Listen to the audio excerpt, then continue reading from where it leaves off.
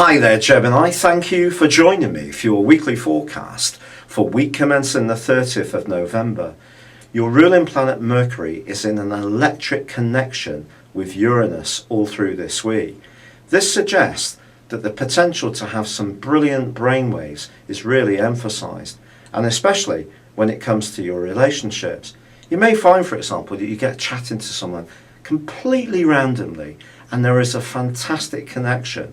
The connection could well be mental, or that you have some kind of shared interest or hobby, but it's almost straight away you're laughing, you can be totally relaxed, you're sparking off each other, or you can be attracted to the more quirky members of your existing social circle, or there could be a spontaneous invite, which if you get, I really would strongly advise you take it up. There is still Mars and Venus in the most joyful part of your horoscope.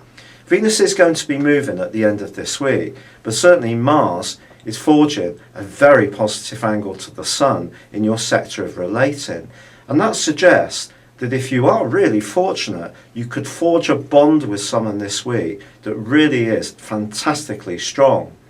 If you're someone who does like to compete and be involved, perhaps in a sporting context or any kind of quizzes, being linked to someone who is very much on the same wavelength as you can be fantastic, but there could also be an arc of attraction between you and someone you encounter, or you may find that things are heating up between you and yours if you're already smitten.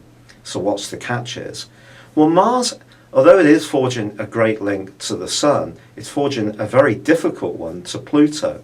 So if you're in a relationship which is cloying, or there's quite a lot of politics washing around, things may be trickier. There's also a quarter moon on Thursday, which suggests somebody close to you could be completely out of sorts and bogged down, confused, very subjective in where they're coming from.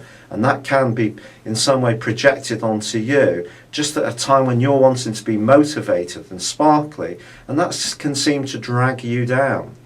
Also, when it comes to relationships, I think it's going to be the ones that are most meaningful that you become much more conscious of because of Saturn's close association to the Sun as the new month begins.